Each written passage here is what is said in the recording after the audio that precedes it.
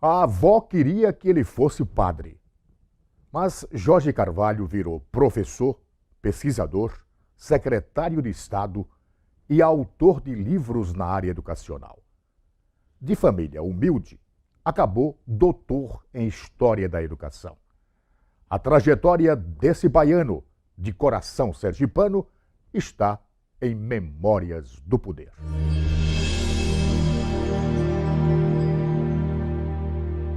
Bem, eu sou Jorge Carvalho do Nascimento, um baiano nascido em Salvador, né, mas quero ressalvar logo, um baiano com alma sergipana, nascido em Salvador no dia 28 de agosto de 1956. Nascido numa chácara no bairro do Rio Vermelho, né, em 1956, claro, não era uma área urbanizada como é agora. Meu pai, à época, era militar do Exército e estava destacando na Bahia.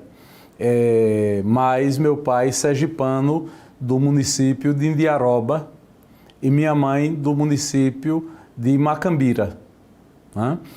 E criada em Maruim. Vivemos lá, a família viveu lá até que meu pai saiu do Exército e aos 5 anos de idade ele saiu do Exército e a família migrou para o Rio de Janeiro. Mas ficamos no Rio apenas um ano e meu pai resolveu voltar para Sergipe para criar sua família. Nos estabelecemos aqui, no bairro 18 do Forte, ali nas proximidades da atual Igreja Pio X. E ali eu passei a maior parte da minha infância, né? Fiquei ali, né? Eu sou o terceiro filho de uma família de 7 filhos que meu pai teve. Né? Minha irmã mais velha, Yara, tinha uma segunda, Ediana, que morreu aos 11 anos de idade, morreu com uma doença horrível, um câncer no cérebro. Eu, o terceiro e o primeiro homem da família. E depois de mim, uma outra irmã, Conceição. Depois de Conceição, Helder, um irmão meu que morreu aos 40 anos de idade, né? Depois de Helder, Célia, né?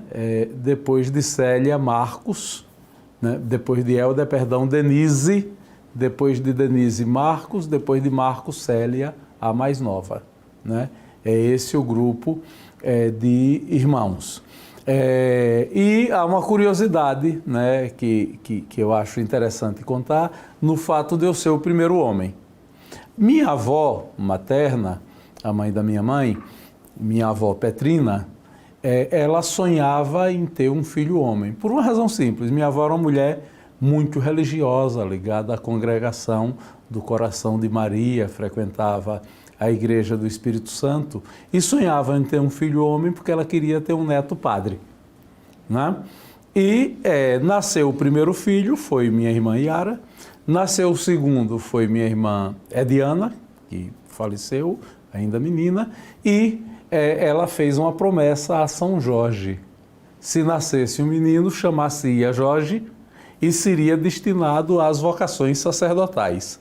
A primeira parte da promessa, evidentemente, foi fácil de cumprir. A segunda, né, ela tinha que combinar com o menino que estava nascendo, já complicou mais para cumprir. Mas eu cheguei a viver com minha avó, quando a família voltou para Sergipe, durante 3 anos, porque exatamente para me preparar para ir para o seminário, né? Mas depois esse projeto morreu, e eu segui minha vida de volta ao meu grupo de irmãos, ao meu pai, à minha mãe,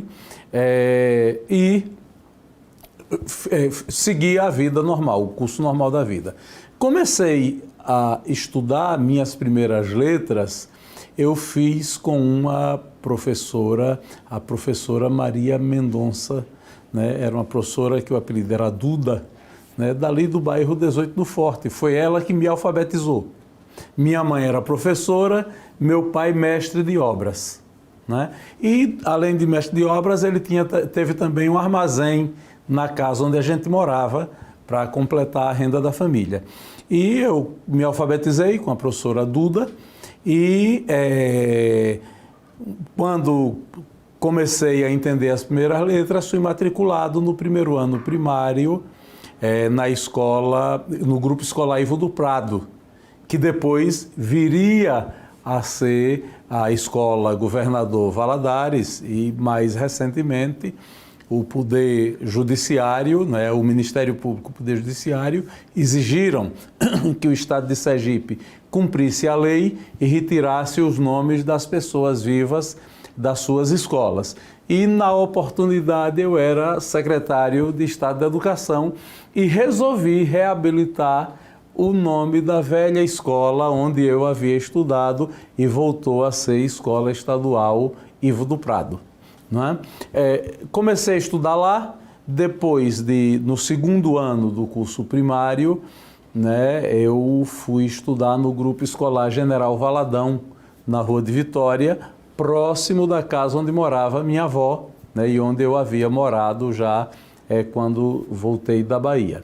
Então, foi uma infância assim muito feliz, né? Aos 11 anos de idade, eu concluí o curso primário, né, lá no General Valadão, e fiz exame de admissão ao ginásio, né, que na época era o terror dos meninos quando acabava o ensino primário, era saber se poderiam prosseguir os estudos e se iriam ingressar no curso ginasial. E eu consegui ingressar no curso ginasial, fiz exame de admissão para o Ateneu Sergipense. E no ano em que eu fiz exame de admissão, o Ateneu tomou uma decisão. A procura pelo Ateneu era tão grande que eles decidiram criar 2 núcleos, o núcleo do bairro Siqueira Campos e o núcleo do bairro Industrial. O núcleo do bairro Siqueira Campos foi funcionar no período da tarde no prédio que pertencia ao Ginásio Municipal Presidente Vargas. Existe até hoje a Escola Presidente Vargas, da Prefeitura de Aracaju. Então, eu fui fazer o primeiro ano ginasial ali naquele prédio, né, como aluno do núcleo Siqueira Campos do Ateneu Sergipense. O outro núcleo era o do bairro Industrial, funcionava no prédio do Grupo José Augusto Ferraz. O primeiro ano foi ali. No ano seguinte foi inaugurado o Colégio Estadual Presidente Costa e Silva e o Colégio Estadual Presidente Castelo Branco. E os alunos que eram do núcleo do Siqueira Campos foram transferidos automaticamente para o Colégio Estadual Presidente Costa e Silva. Eu comecei lá, mas eu criei umas amizades que não agradavam muito a minha mãe, a Dona Ivanda, que era uma mulher muito dura, muito rigorosa, e minha mãe escreveu uma carta muito emocionada para o professor Leão Magno Brasil, né? Que era, na época, o diretor do Ateneu Sergipense, e dizendo das preocupações dela de mãe com o futuro do filho, que andava em companhias, que ela via nas companhias a característica X, Y e Z, que ela achava que não era boa não eram boas características para a formação do filho, e que não gostaria que o filho se envolvesse com algumas práticas que ela condenava, que ela achava que estavam ligadas ao uso de alguma droga, de alguma coisa, e o fato é que fez minha transferência para o Ateneu Sergipense, né, e eu fiquei lá no Ateneu estudando. Voltei para o Costa e Silva, né, quando estava já no científico, no final do científico, porque comecei a trabalhar, né, aos 16 anos de idade, e fui estudar à noite e fiz o segundo e o terceiro ano científico à noite, né? O terceiro ano no Colégio Costa e Silva, onde eu concluí o científico, né? Infância boa. Esse período do bairro 18 do Forte, do Costa e Silva, do Ateneu, né?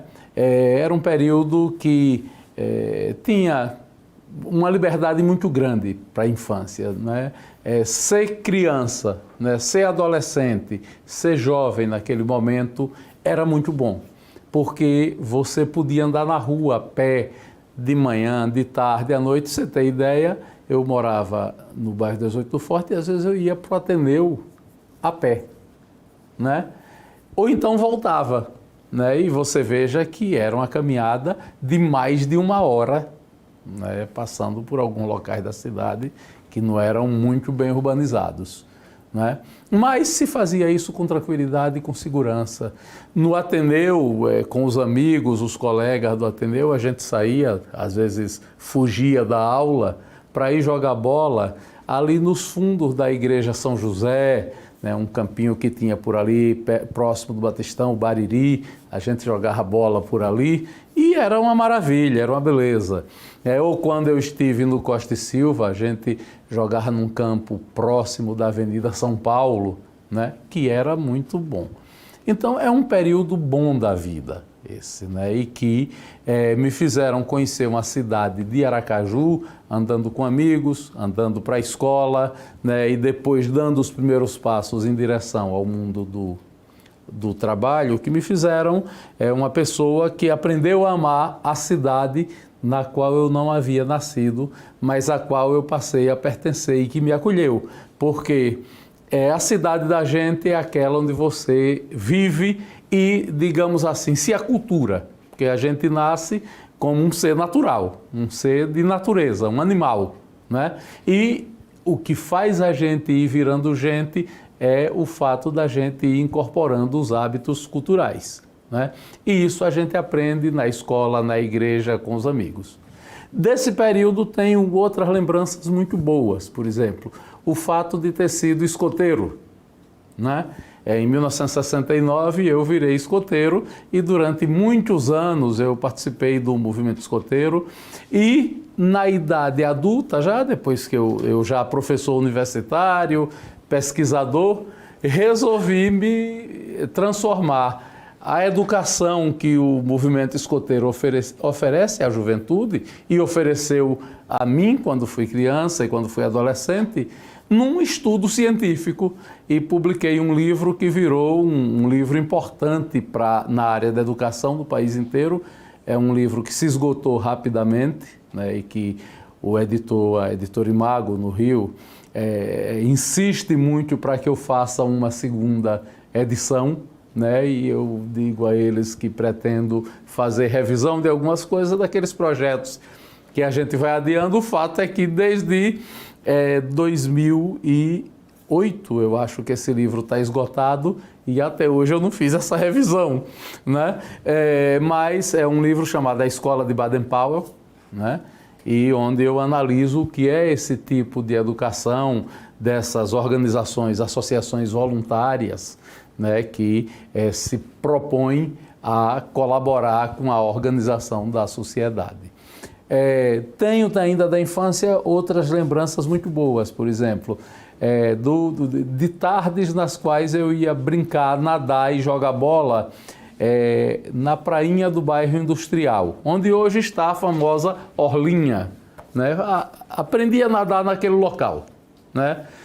A gente saía um grupo de meninos, né, com uma câmara de ar de pneu de caminhão, né, na cabeça, uma boia, né, e a gente ia ali para o Rio Sergipe e ali nós aprendemos a nadar. Então, são coisas que marcam a sua formação, marcam a sua infância e que você não consegue, né, se desprender delas e esquecer delas nunca, né? Mas a vida anda. E outra lembrança boa também desse período. Como eu disse a você, minha família era uma família católica, tradicionalmente, com educação religiosa forte, não é?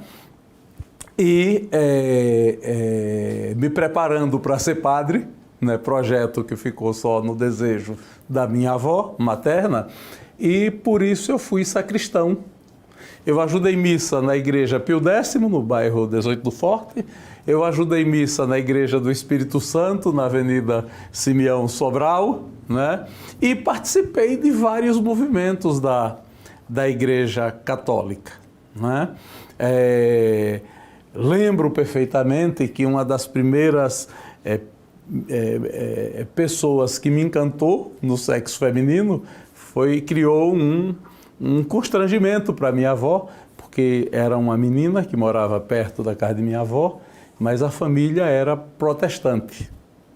E minha avó, claro, não aprovava isso sob nenhuma hipótese, né? Uma família de presbiterianos e eu lembro perfeitamente eles fazendo um culto na tarde de domingo na porta da casa deles, que era próxima à casa da minha avó, e um carro de som, né, estacionava na porta, uma Rural Willys com 2 bocas de alto-falante, né, e eu lembro das coisas que mais ficou gravada na minha memória, um hino dos protestantes, que até hoje é um hino que se canta nas igrejas, né, e quis o destino mais tarde que eu casasse com uma protestante, filha de pastor da Igreja Batista, né, e que, quando eu contei a história a ela começou a tocar para mim, ao piano, que ela é pianista, e começou a tocar para mim um hino que diz: foi na cruz que um dia eu vi meus pecados castigados em Jesus, foi ali pela fé que meus olhos abri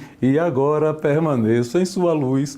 O fato é que eu me encantei pela menina, que o pai fazia o culto na porta e ela cantava essas coisas, e minha avó não gostou, porque minha avó é muito católica e a menina protestante, né? E ela fez de tudo para me afastar dessa moça, exatamente por causa da guerra religiosa, né? Era uma mulher de convicções católicas fortes, né? Mas são fantásticas essas coisas que ocorrem na vida da gente e que deixam a memória da gente muito bem impressionada. O fato é que chega um momento na vida que a vida chega e o mundo do trabalho chega, né?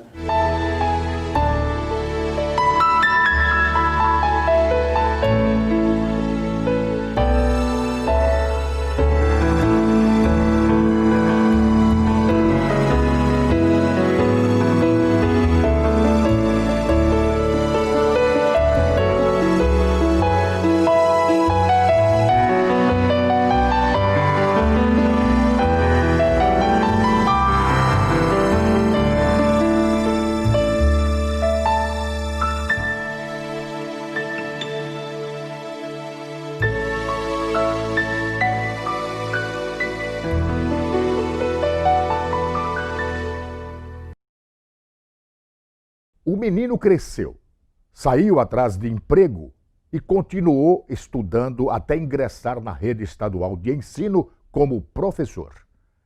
Essa parte Jorge Carvalho conta depois do intervalo.